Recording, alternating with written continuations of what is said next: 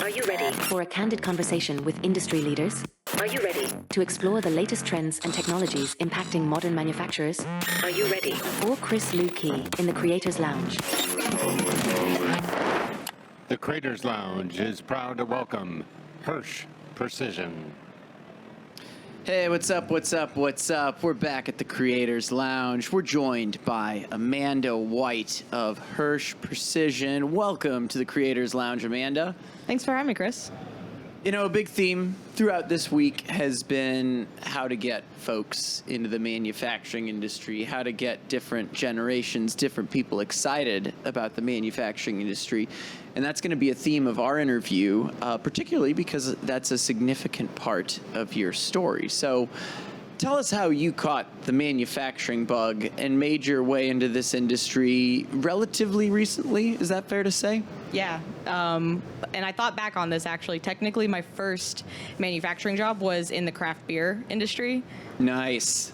I knew you'd appreciate that. What can you share in what context you were in the craft beer industry? I was splitting my time between pouring the beer and marketing it, and I truly don't think that a better job could exist. Yeah, I mean, at the end of the day, brewing is a quintessential manufacturing industry. So you were there on the marketing side. You were, we'll call it frontline operations, if you will, pouring the beverage as well. Was that, because I'm trying to remember, you're in Colorado, but you're from Arkansas, Yeah. right? Yep. Was that back at a brewery in Arkansas, or? Yeah, shout out to Bentonville Brewing Company. Okay. They're still going strong, still making great beer. Bentonville Brewing Company. Worth a visit, I would guess? 100%. All right. Well, hey, we love talking about beer.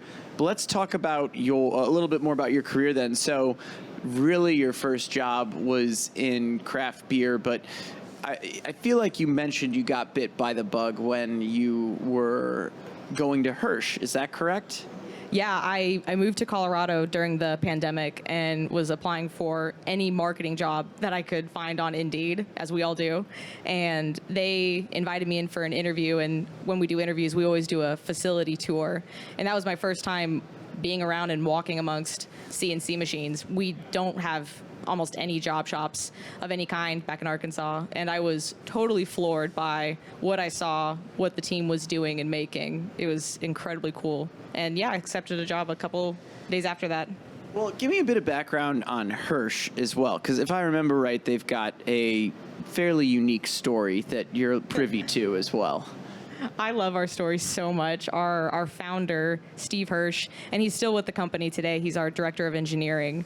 He founded the company in '79. He traded his Fiat for a Bridgeport mill, I believe. And if I remember correctly, the name of that car was Trouble. I still don't have the story why, and I really want to know why it was called Trouble.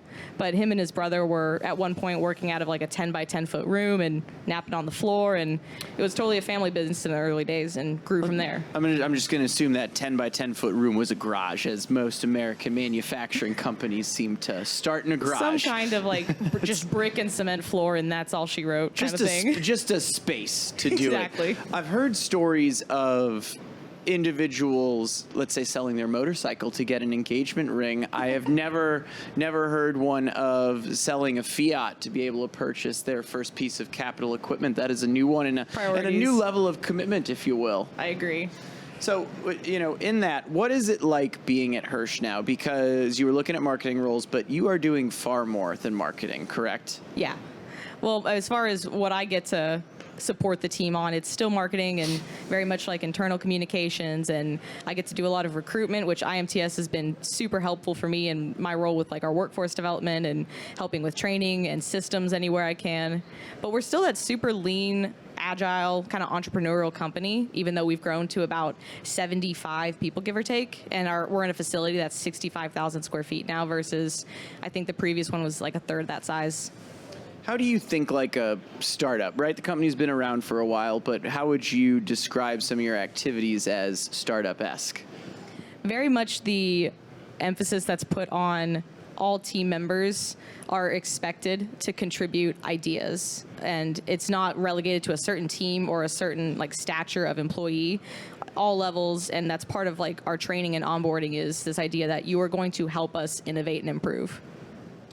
Where would you say you're at in your journey when we look at a place like IMTS? We see a lot of technology. We see a lot of talk of Industry 4.0 connecting the entire facility. Where would you you don't need to tell us exactly where you are, but what approach do you use to but to continue to bring your business into the future? We've always been very high mix, low volume across the industries that we support, including medical and aerospace.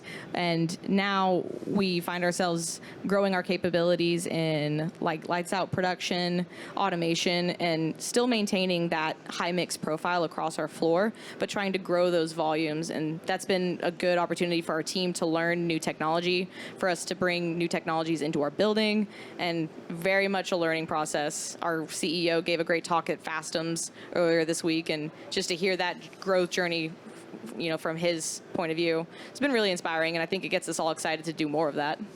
Well, I look forward to hearing more about the vision you've been creating for, the vision your team has been creating at the company right after we get back from this sponsored break.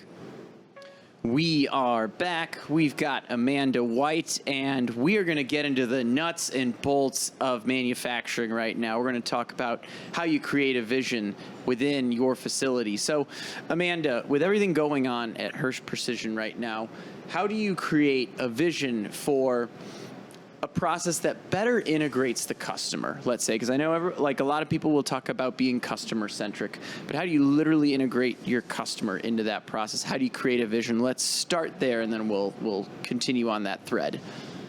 Maybe I'll just share a quick story. When we moved into our new facility just north of Denver, our leadership team took a very considerate amount of effort to we understand what our vision and mission is, and it so strongly incorporates customers and trying to be the best possible partner for them in their growth goals. We never want to be the reason our customers can't grow, is something our CEO is always saying, and that's consistently iterated in weekly meetings and annual or quarterly meetups. But there's so much visual representation of that ideal across our floor. We have a vision wall that's, I think, so strategically placed by the ping pong table where all the foot traffic goes, but something that our team can always see, this is what it's all about. We're working very much in the nitty-gritty details and super fine-tooth comb going through all the parts, but at that higher level, and I think our team understands it well, is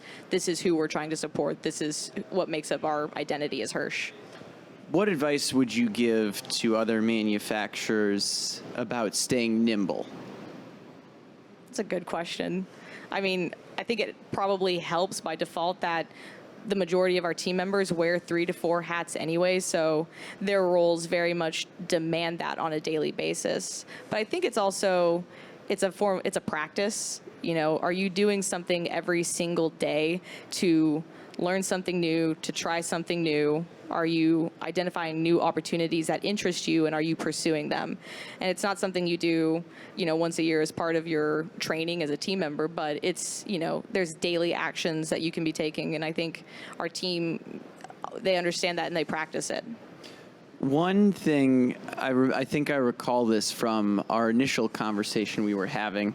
I had written something down around the biggest untapped potential for shops. And it's identifying opportunities with a small team, how to eliminate information silos. My question is around eliminating those information silos. How do you go about doing that? At least from what I'm able to support, because there's so many teams that you can have that information siloing happen. I have made it a point to spend a lot of my time understanding and getting good at systems. For me, it's specifically CRMs and marketing automation platforms. Mm-hmm. And for one, I think we've got the right tool because it allows us to do what a CRM is supposed to do, put all of our shared knowledge into one central location. That's by default is going to help with eliminating information silos.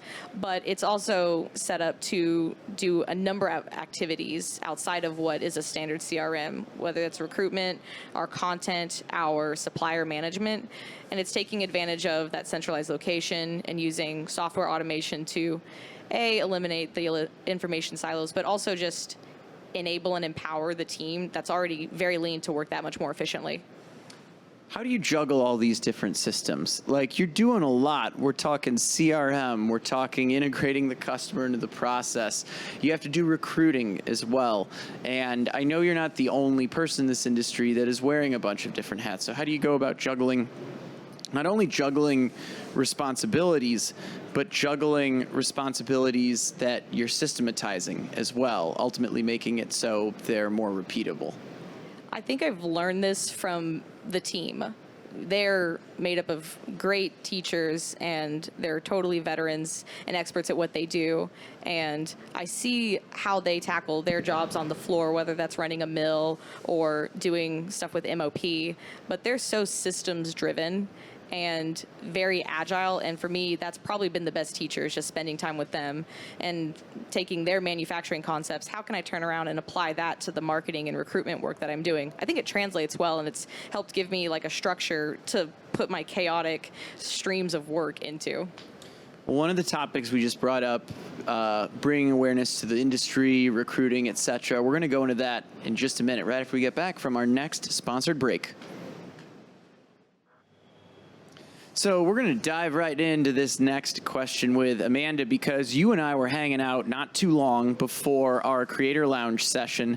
I was given a talk on how to tell stories and create awareness around your company, leverage personal brands to attract customers and team members to your organization.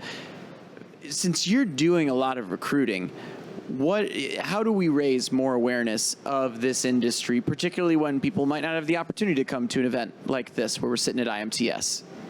I think it goes very hand in hand with the kind of not industry-wide problem, but I think it's true that the majority of, in my case, it's machine shops, they're not investing in marketing as part of their business strategy. And marketing and recruitment, they're kind of two sides of the same coin. I'm from a place in the US that we do not have a lot of CNC machining. I bring my job back home with me to Arkansas. No one's heard of it. And that kind of states everything about the problem of not investing in marketing. Not enough people are hearing about it. I mean, marketing is great because it can help you like grow customers, grow sales, but it's also going to bring a still, I think, pretty invisible industry to that many more people. I think that helps with the workforce. I mean, how are you doing this? How should machine shops do this? How should they do their marketing? Because I imagine a lot of these spots don't necessarily have the largest marketing budget to work with. How do you be scrappy? Scrappy marketing. That's awesome. I definitely recruit the efforts of my team. One, because they know so much more than I do anyway. They're the experts on what they're doing. They're the best people to speak to. This is the work we're doing and the work you could be doing if you decided to pursue a career here. But that also helps me because one person only has so much bandwidth, and let alone like budget. So incorporating the efforts of your team and the various capabilities that are represented in your shop, that goes an incredibly long way.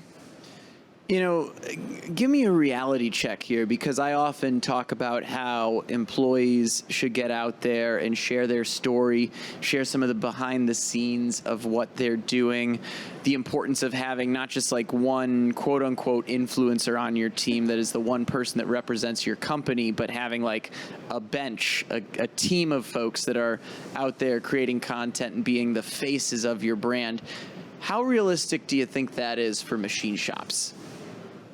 That is a uphill battle, and one that I fight every single day. And I think the argument that I would make is it's not like ego or narcissism, as I think sometimes people can take the personal branding to be, and maybe in some cases it is, but when you are that good at what you do and you're not contributing to the conversation and not sharing your knowledge, no one wins. Future employees don't win. Your organization doesn't win, because that's going to inhibit you from growing and winning more business.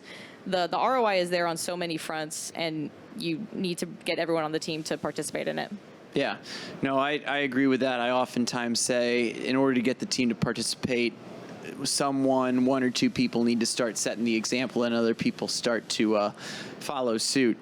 You know, you're fresh to this industry, relatively. I hope it's okay that I'm saying that. Like, I please do, so that I have something to fall back on. yeah. Well, no. Well, the reason I bring that up is, what advice would you give yourself as you were getting started in the manufacturing industry, now that you have some years under your belt to reflect upon?